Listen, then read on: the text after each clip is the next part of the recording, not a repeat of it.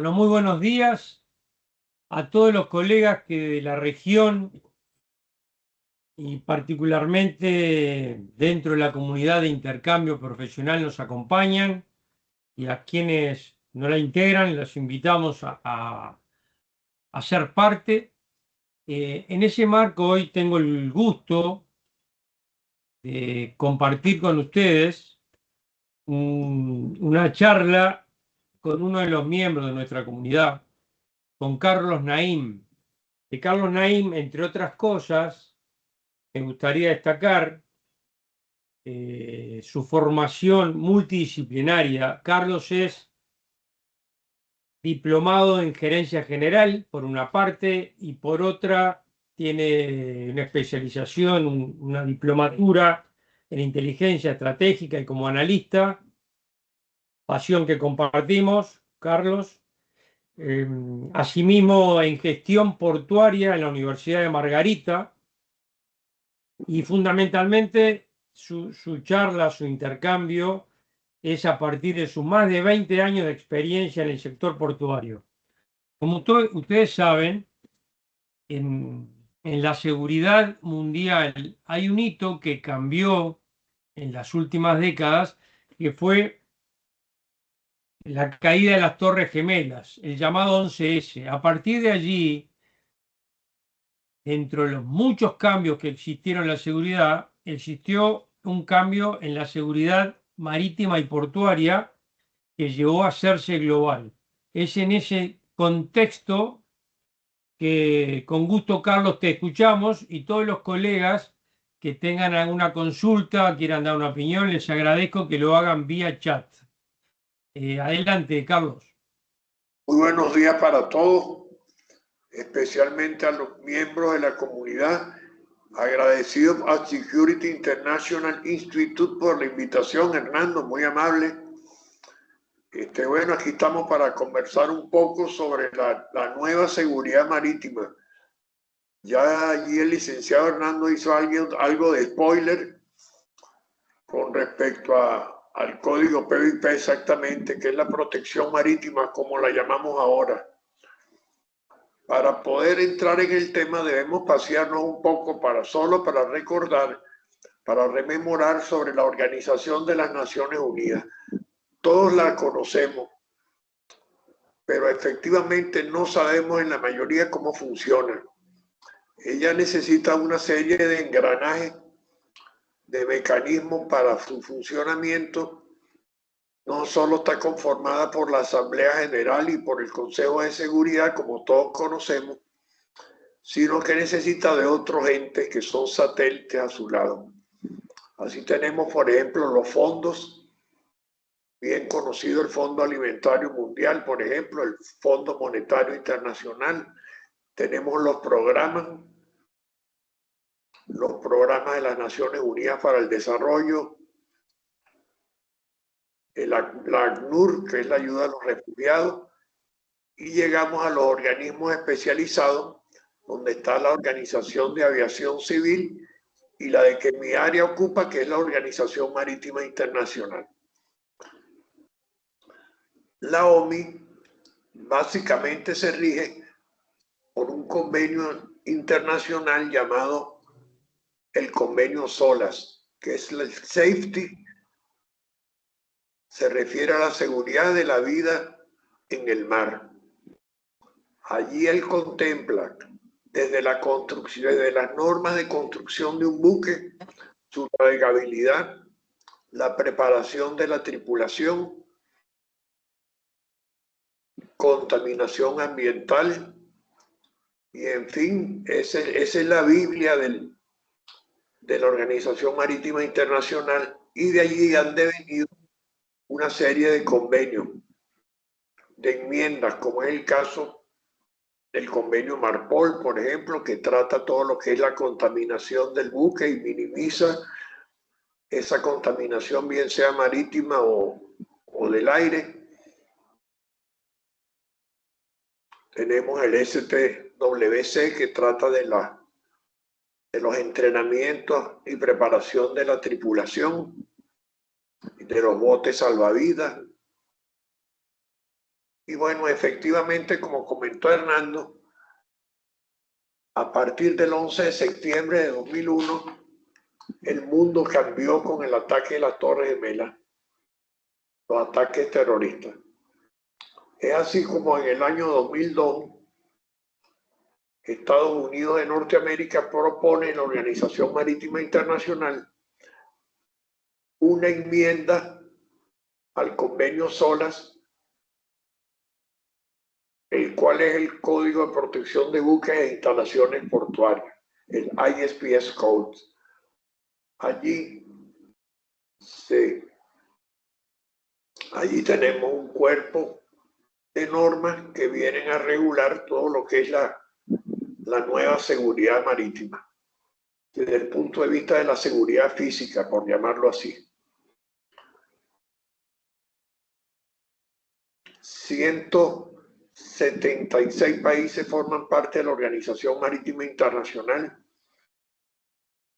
Fue aprobado en el propio año 2002 y entró en vigencia de manera inmediata. El código contempla dos partes. La parte A, que es de mandatorio cumplimiento, y la parte B, donde se encuentran las recomendaciones para cómo vamos a desarrollar el cumplimiento de las normas obligatorias. Así tenemos, por ejemplo, la evaluación de riesgo, EPP, las evaluaciones de la protección que debemos efectuar, bien sea en el buque o en el puerto, para poder elaborar el llamado plan de protección. Hay muchos militares presentes, lo sé, en el grupo, y ellos llaman a eso una directiva. Yo prefiero llamarlo un sistema de gestión.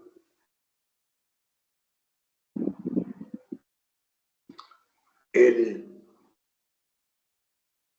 el caso de Venezuela, el código se empezó a aplicar en el año 2003, en el propio 2003, aunque se convirtió en ley ordinaria nacional en diciembre del año 2004. Por ser una norma supranacional, debe pasar por la Asamblea Nacional para su discusión y aprobación. Y así se convirtió en una ley ordinaria. Pero como les menciono, ya en el año 2013 venía practicando. De hecho, en el puerto de Puerto Cabello, yo me desempeñaba para esa época como auditor PBIP.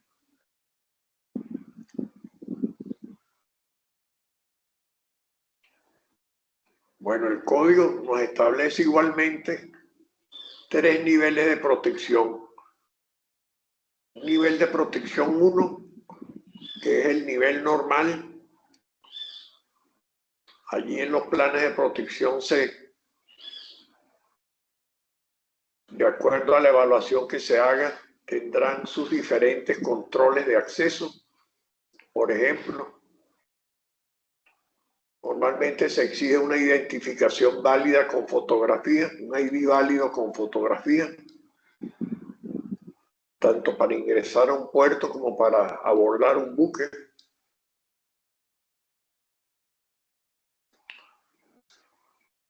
El nivel de protección 2, donde se toman más medidas adecuadas según las palabras del código de protección, y el nivel de protección 3, que ya es el más elevado, pues el más fuerte. Ya allí ya no habrá acceso, por ejemplo.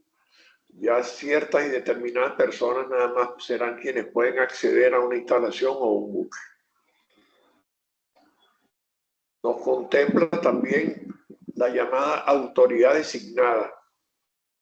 Tiene que haber un ente rector a nivel de cada nación, firmante de la Organización Marítima Internacional. En el caso de México creo que se llama la Dirección de Marina Mercante. En Venezuela es el Instituto Nacional de los Espacios Acuáticos, donde tuve el honor de trabajar en su fundación. Año 2003, efectivamente, también.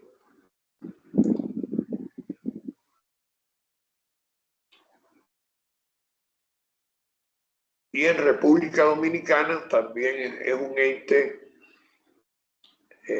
manejado por el Estado, por supuesto, pero operado por el área militar.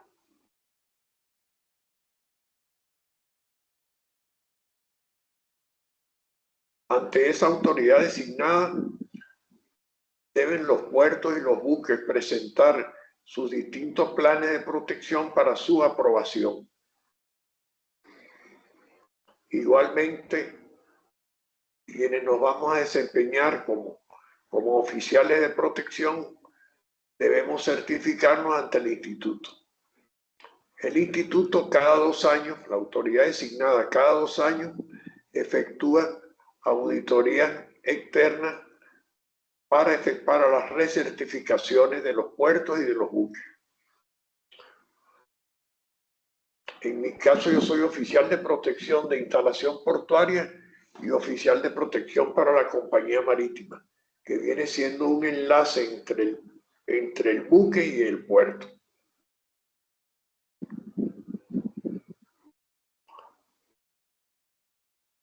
Yo me encuentro en situación de retiro desde hace 6 años por problemas de salud.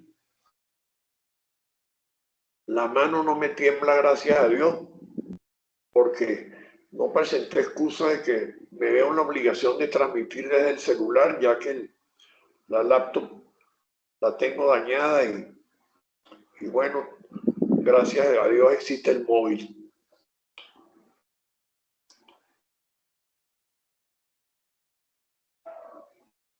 ¿Qué más le puedo decir?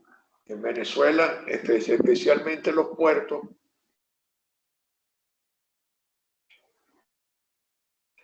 cada uno de ellos pues tiene sus propios controles, sus propios procesos. En el caso del puerto donde más tiempo laboré, el puerto internacional El Guamache, situado en la isla de Margarita, allí logramos incorporar otros sistemas de gestión, como fue el SAP, y luego meramente administrativo, pero luego de asistir a una conferencia hemisférica en la ciudad de Maracaibo, Estado Zulia, conocimos una organización llamada Basque Business Anti-Smuggling Coalition, que es una organización privada para combatir en materia antidrogas y contrabando, y logramos certificar el puerto en el año 2008. Único puerto del país hasta la fecha que ha obtenido esa certificación. Por supuesto, para podernos adecuar al cumplimiento del código, a nivel mundial los puertos tuvieron que efectuar grandes inversiones. La colocación de sistemas de circuitos cerrados de televisión, controles de acceso mediante carnets magnéticos y torniquetes, la formación de personal, en fin, grandes inversiones. En el caso del puerto del Guamache, se logró a través de un ente que existía en Venezuela llamado el FIDE, Fondo de Inversiones para el Desarrollo Social. Para ese momento existía la descentralización de los puertos. Cada estado que conforma el país operaba los puertos, aeropuertos y carreteras. Luego vino en el año 2009 la traumática reversión de los puertos al gobierno nacional y fue cuando se fundó Bolivariana de Puertos, empresa que absorbió los 8 principales puertos del país. Carlos. Señor. No, continúa exponiendo, pero simplemente le vuelvo a recordar a los colegas, el que quiera hacer alguna consulta, intercambio, opinión, Le agradezco que coloque en el chat, así yo le puedo comentar a Carlos. El otro tema que quiero que recordar que es importante, eh, tus experiencias concretas en los 20 años, que, o sea, casi todos los colegas que nos acompañan son profesionales en área de seguridad. No todos lo son en el sector portuario. El sector portuario y marítimo tiene características especiales, por eso es importante contar, porque uno podría leer todo el código de informe individual, lo que es difícil es asumir 20 años de experiencia sin haberlo vivido, o sea que particularmente lo que te recuerdo es compartirnos experiencia, que es lo que más vamos a valorar, pero los colegas que quieran escribir algo o intercambiar ideas en el chat, con gusto se las recibo. Adelante, Carlos. Comprendido, muy amable, Hernando. Bueno, sí, efectivamente, realmente, nosotros en el puerto internacional en Guamache, puerto comercial multipropósito, recibíamos buques de pasaje, buques de crucero. Llegamos a tener temporadas de hasta 120 toques. Los buques de pasaje son muy exigentes en materia de protección. De hecho, se envía hasta un cuestionario previo para conocer sobre la situación de protección en el puerto. Y luego, al momento del atraque de la embarcación, se celebra la llamada reunión de coordinación buque-puerto, interfaz buque-puerto, donde informalmente nos intercambiamos documentación e información. Siempre me llamó la atención que la mayoría de las líneas de pasaje, especialmente las inglesas, en el cuestionario que enviaban, preguntaban si dentro del personal de seguridad física existía personal femenino. En una oportunidad, a un oficial de P&O, a un oficial de compañía, le pregunté a qué se debía la pregunta, y él decía que era más fácil enamorar a una mujer que a un hombre. Y eso era una debilidad dentro de la seguridad física. Realmente no compartí esa posición, esa postura de ellos, pero hay que respetarla, la tenía que respetar. En todo caso, dentro del personal de seguridad física, yo tenía 17 jóvenes, incluso un patrón operador de lancha, porque teníamos una lancha de seguridad portuaria que acostumbraba a salir a la bahía a dar la bienvenida a los buques de pasaje, pero no tenía personal femenino dentro de...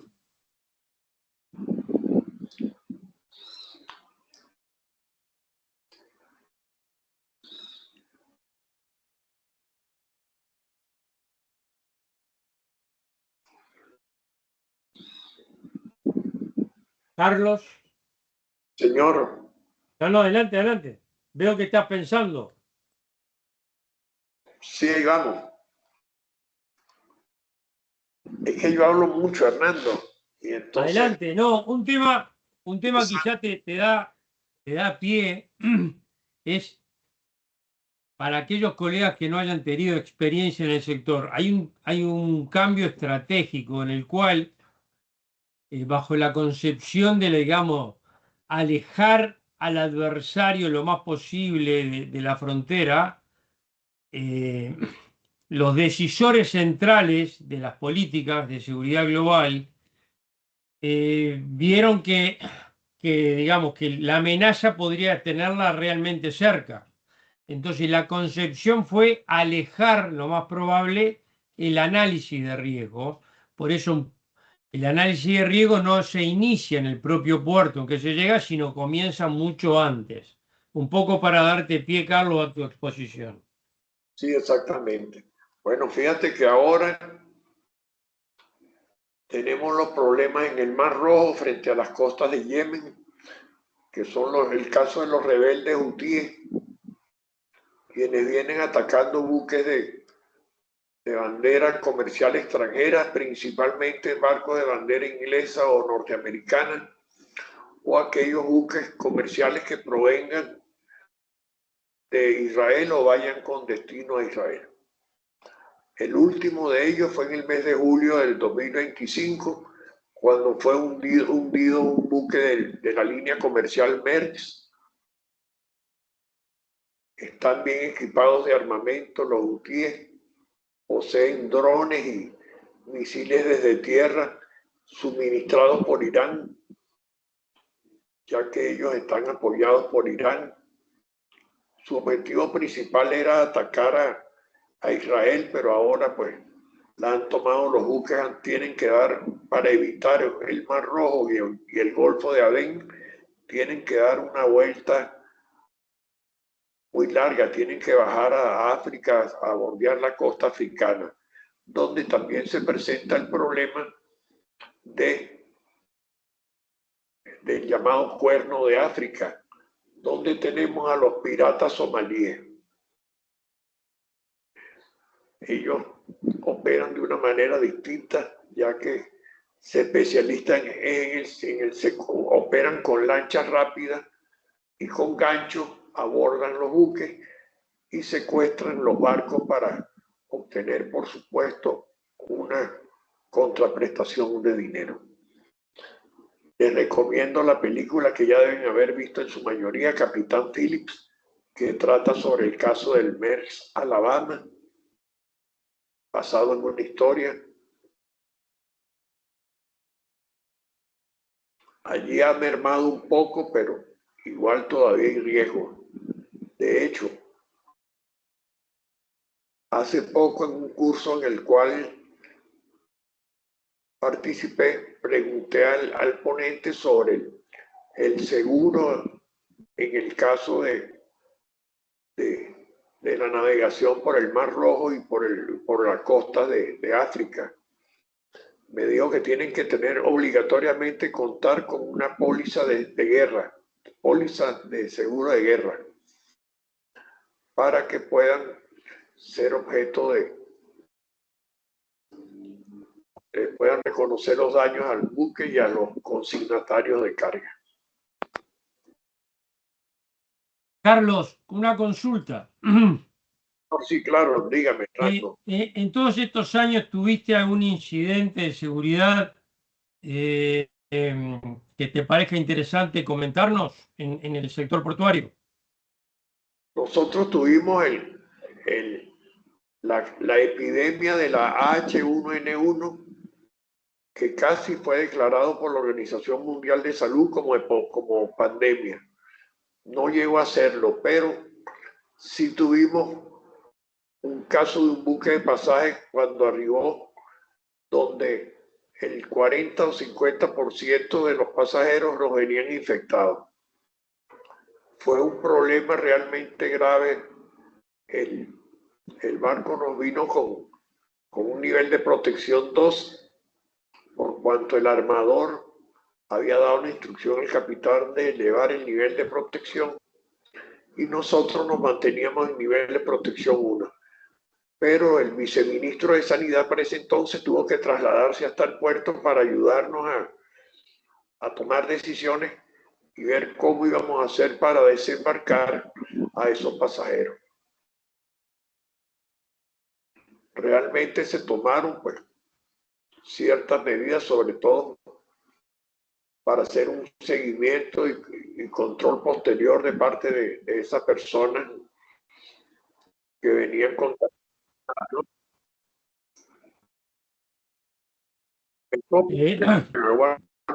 Por favor. Carlos.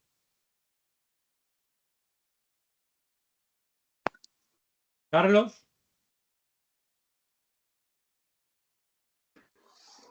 ¿Estás aquí, Carlos? ¿Carlos? Aquí estoy de nuevo.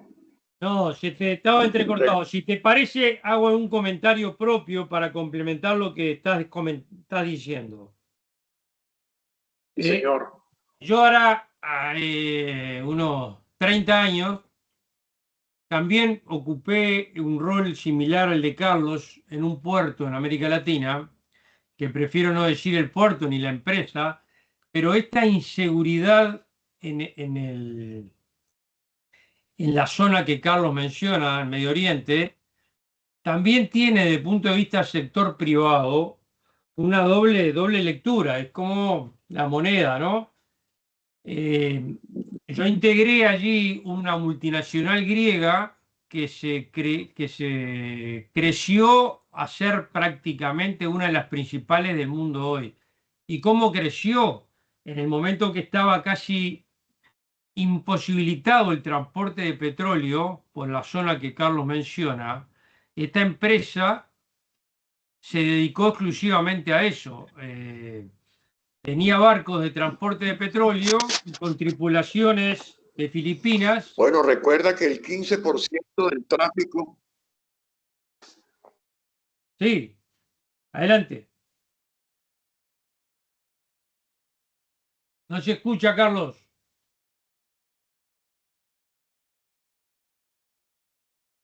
No se está escuchando, Carlos.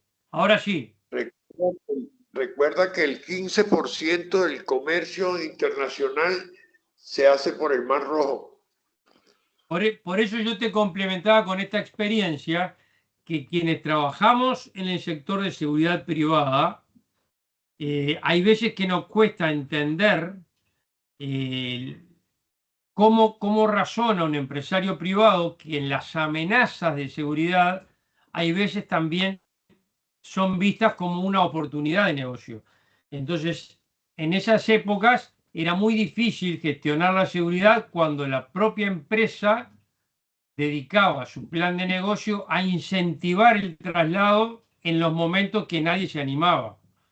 Y de hecho, por eso les digo, al día de hoy esa multinacional griega es de las principales del mundo, pero el mundo de seguridad privado también a veces tiene esa doble mirada que nos cuesta entender.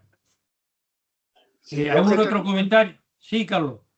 claro, yo he estado en los dos lados de la acera. Yo he trabajado tanto en el sector privado como en el sector público. Sí, Yo he sido supervisor y supervisado. obvio. Por eso les comentaba que hay veces que tiene esa doble lectura. Sin entrar en las connotaciones político-ideológicas que puede tener, ¿qué opinás del tema cerco marítimo actual sobre las costas de Venezuela? Desde el punto de vista estratégico, inteligencia estratégica, no ideológico. Bueno, fíjate, una de las aclaratorias que iba a hacer justamente era esa. Bueno, tenemos telepatía. Yo eso sí, sin posición política alguna, yo no discuto de política ni de religión. Realmente, fíjate que cuando hubo el paro petrolero en Venezuela en el año 2003, una diatriba que se presentó era de cómo embarcar, cómo abordar a los buques petroleros, los buques tanqueros que se encontraban fondeados en el lago de Maracaibo y que no querían hacer operaciones. La tripulación se negaba a hacer la operación. Y eso fue una diatriba que se presentó por cuanto el sector militar opinaba de abordarlo por la fuerza y muchos no estaban de acuerdo porque se podía presentar, imagínate, en un barco cargado de petróleo, pues que se vaya un tiro con armas a bordo. De hecho, las armas están prohibidas a bordo de los barcos.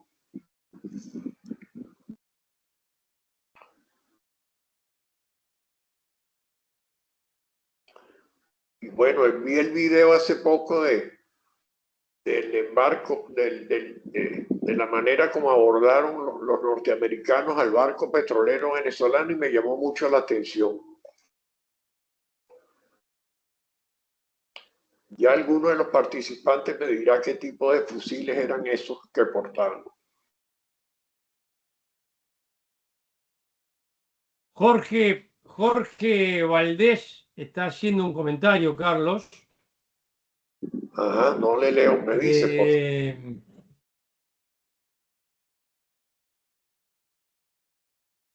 Pero ¿cómo está afectando el cerco al sector en la zona donde estás viviendo, Carlos? Bueno, por supuesto que está viniendo muy poco buque comercial al país. O sea, se está sintiendo el efecto del cerco naval. Claro, los armadores no quieren correr el riesgo de enviar buques comerciales a Venezuela, lo evitan. Ajá. Por ejemplo, el sector que se acabó fue el sector de turismo de cruceros. Ya eso hace años, pues no solo de ahora, sino desde hace años que las líneas de pasaje no vienen. ¿Por qué? Por la inseguridad en las ciudades de destino, no en los puertos, sino en la ciudad. Y en un régimen como el venezolano, ¿sigue habiendo inseguridad, Carlos? Sí, por supuesto.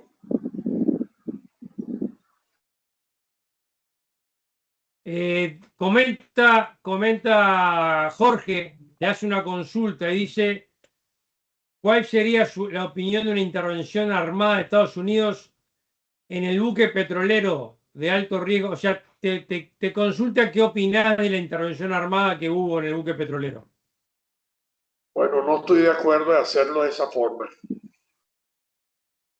Ok, Han claro, podido claro.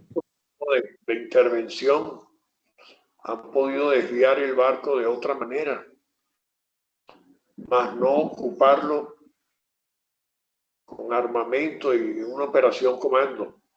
Bueno, esa es mi opinión particular. Yo complemento tu opinión, Carlos. Yo creo que ahí lo que están buscando es un efecto disuasivo, lo que están buscando es una imagen de efectividad, porque el movimiento de esa flota necesita exhibir algún éxito y el éxito que están intentando es, creo yo, tomar acciones que no impliquen riesgo de vida a las tropas que están haciendo el cerco. Entonces, están haciendo aquellas medidas que pueden exhibir como exitosas, entre comillas, con demostración de poder creciente, pero sin riesgo propio para ellos. Más allá de lo que uno puede opinar de que está a favor o en contra, creo que el plan implica avanzar con riesgos medidos para ellos. Por eso hasta ahora estaban haciendo estas acciones, creo yo. Sí, Carlos. Si el músculo no se ejercita, se atrofia, el músculo del poder. Sí, correcto. ¿Algún otro comentario que quieras hacer, Carlos, de este tema o de otro vinculado a la seguridad marítima portuaria? A las amenazas actuales en América Latina particularmente consultan. Bueno, por supuesto, la materia de drogas. Sí, Por eso me llama tanto la atención y me gusta la organización privada BASC. Es una organización privada que se formó justamente para cuidar la reputación de las grandes empresas. Fíjate que en esa oportunidad comenzaron en el desierto de Estados Unidos, el desierto de California, comenzaron a aparecer muñecas Barbie desmembradas de la empresa Mattel. No se sabía qué sucedía. Hasta que llegó un momento cuando descubrieron que resulta ser que estaban las muñecas eran fabricadas en México por Maquila, ¿no? ajá, Y trasladadas a Estados Unidos por transporte terrestre. Entonces, claro, por tratarse de la empresa Mattel, los camiones, cuando hacían el rayaje, tenían luz verde, ¿no? No les hacían mayor chequeo. Y resulta ser que una organización estaba aprovechando la empresa Mattel para llevar cargadas de droga a las muñecas. Entonces, en el desierto sacaban la carga y bueno, desperdiciaban las muñecas. De allí nació la Organización Mundial Básica, en un convenio entre México y Estados Unidos. Y luego se fueron plegando. En Guatemala es muy desarrollado, por cierto. A mí me invitaron a una oportunidad para estar 3 meses en el puerto de Guatemala. Lamentablemente no pude asistir para que observara y estuviera en las operaciones que realizaban ellos en cuanto a base. Carlos, sí. Muy asesorado por Estados Unidos, por cierto, por el Coast Guard. Carlos, comentanos y si querés podemos ir dándole forma al intercambio tuyo y volvemos a reiterar que quiera hacer una consulta. Dame un detalle más de cómo ves las actuales amenazas en el sector, desde el sector marítimo portuario en América Latina. Bueno, básicamente, como te digo, tenemos el problema de las drogas. Y bueno, desde Estados Unidos no se ha podido frenar la exportación de vehículos de dudosa procedencia, ¿no? En más de un país ruedan vehículos que han sido importados desde Estados Unidos y son vehículos de gama robados, ¿no? Que llegan con la documentación perfecta, pero son vehículos de dudosa procedencia. Te hago una consulta como para ir redondeando, salvo que algún colega tenga alguna consulta u opinión. Algunas personas, algunos analistas entienden que así como el 11S, las Torres Gemelas, se empleó el medio avión para el ataque, podría ser una amenaza concreta emplear un barco al estilo lo que fue el avión, o sea, un barco que pueda ser cargado de explosivos o similar en algún puerto de América Latina para atentar contra alguno de los países. ¿Qué opinás de esa eventual amenaza? Por supuesto, en razón de ello es cuando se desarrolla el código, porque siempre ha habido el temor de que se presente un ataque terrorista, especialmente en buque de pasaje, más no en buque de carga. En buque de pasajes es más probable. De hecho, hemos tenido incidentes en trenes, como en el caso de España y Londres, en buses, en aeropuertos, y en el sector marítimo no hemos tenido atentados de manera directa, pues en el cual el buque se ha utilizado como arma o no hemos tenido, gracias a Dios, un secuestro de un buque de pasaje o un atentado contra un buque de pasaje. En América Latina, en otras zonas del mundo sí. Sí, pero en América Latina no. En América Latina no, pero cabe la posibilidad. Andar redondeándome, si te parece, Carlos, un poco alguna otra experiencia o alguna idea que quieras transmitir de la protección marítima y de tus años en el sector.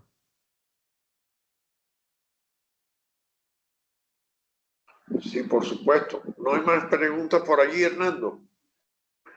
Jorge Valdés está escribiendo, cuando la tenga te la comparto, pero anda redondeando un poco la idea final, que creo que es lo más valioso para los colegas. ¿Cómo ves las actuales amenazas? ¿Qué dicen tus años de experiencia en el sector de aquí en adelante, en la región? Bueno, mira, la verdad que hay que continuar comercializando los puertos para que venga la carga y vengan los buques y venga la carga, por tanto. Y realmente fortalecer la seguridad en las ciudades de destino para evitar merma de carga, para evitar robos a los pasajeros. Entonces eso es parte de los incentivos que debemos tener. Brindar seguridad física. Fíjate que yo tengo un caso en una oportunidad. Jorge.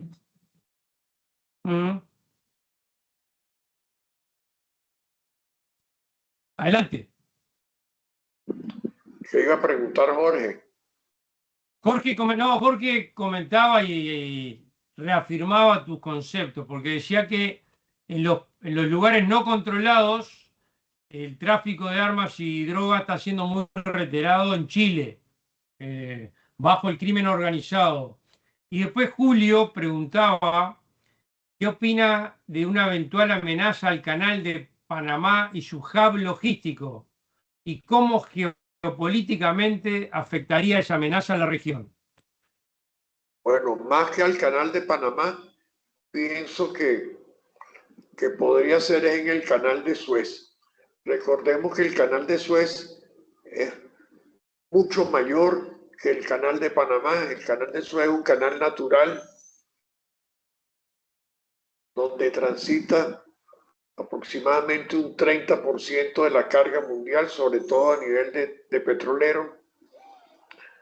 Y el cierre del canal de Suez significaría, pues, primero, el alza en los precios y segundo, la falta de petróleo y de carga en otros renglones, ¿no? Y si se atacara concretamente el canal de Panamá, ¿cómo podría incidir, Carlos? Bueno, por supuesto, los barcos tendrían que ser desviados y los fletes se dispararían, ¿no? Ajá. Sí, porque los barcos tendrían que bajar hasta por allá, hasta por tu país, por los lados de Argentina y subir luego por la costa de África, ¿no? Ajá. Pararía los esa costos. amenaza al canal de Panamá, ¿la ves probable? Es probable también, pero como te digo, más probable es la del canal de Suez, considero yo. Ok. Sí, Jorge recalcaba que obviamente y el estrecho Magallanes en Chile.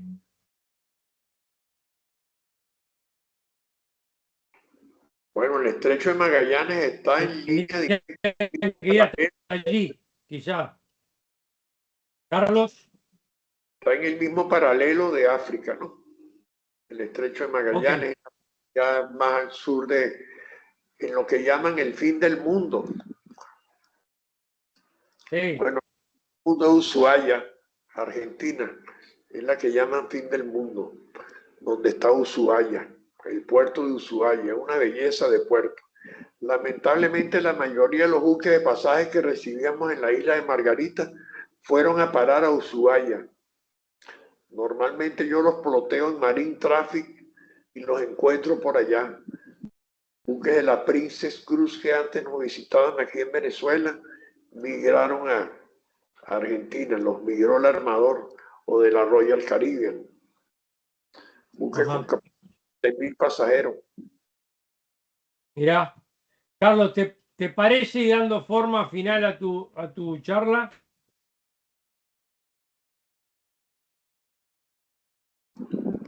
Sí, bueno, Hernando, al final le agradezco que por favor, para quienes no forman parte de la comunidad, les dejen mis datos de contacto Con personal, gusto. tanto de teléfono como de dirección de correo electrónico para cualquier consulta o comentario o asesoría. Aunque aquí, como te comenté, aquí no se trata de vender nada, sino de conversar con amigos. Esa charla, Carlos, que mucho te agradecemos, y agradecemos también a todo el resto de la comunidad y fuera de ella que nos acompañan. Eh, Trataremos de continuarla el año que viene. Es para todos nosotros un placer intercambiar experiencias y conocimiento, porque todos conocemos y hemos vivido parte de la realidad y crecemos si intercambiamos eso de manera profesional. Así que, Carlos, te envío un muy fuerte abrazo. Gracias, Hernando, y, por, Y, y la y a oportunidad. todos los que están participando, antes de cerrar, Jorge, que está inquieto, dice que a una experiencia con el empleo del escáner en los containers de los puertos. Bueno, muchos puertos lo tienen, pero por ejemplo, en el caso nuestro no contamos con ellos. Se utiliza el pesaje y en los BL debe venir, en los BL que es el certificado de embarque de la carga, ¿verdad? Viene registrada el peso de la carga y el contenedor cuando va a salir se pesa justamente para verificar que coincida con lo declarado en el BL. Pero no hay escáner. No, no hay escáner. Ok. Bueno, el tema de escáner, comentario, obviamente que es vital, pero en el mundo lo que normalmente se emplea, porque no se puede escanear a todos los containers por un tema de velocidad y de afectar el comercio en sí. Entonces lo que normalmente se hace, muchos colegas lo deben tener claro, pero para quienes no lo están en el sector, es en la manera que haya un indicio de la probabilidad, ese container se escanea, o si se tiene una información concreta, obviamente que sí, pero no es que sea un escaneo a todos los containers. O en forma aleatoria. O en forma aleatoria, exactamente, es el otro tema. No se hace, aquí solamente se escanea el equipaje. Ok, ok. De hecho, las empresas privadas de ferry, que son puertos privados que operan ellos, tienen el sistema de escáner de equipaje. Sí, Julio Alonso, que obviamente tiene experiencia en el sector, comparte que la lectura de los BIL y la información de inteligencia en la ruta peligrosa es parte de este análisis previo. Y sí, Julio, compartimos en un todo lo que estás afirmando. Por supuesto. Voy un poco, sí, voy Carlos y Julio y compañeros de allí cerrando esta intervención y como les decía hoy, agradecerles la posibilidad de escuchar sus experiencias, que también podremos el año que viene escuchar de otros miembros de la comunidad con gusto, porque crecemos entre todos. Así que les envío una muy feliz Navidad. Igualmente, feliz Navidad para todos ustedes. Gracias, Carlos. Fuerte abrazo para todos y juntos somos más. Gracias, Carlos. Gracias a todos ustedes.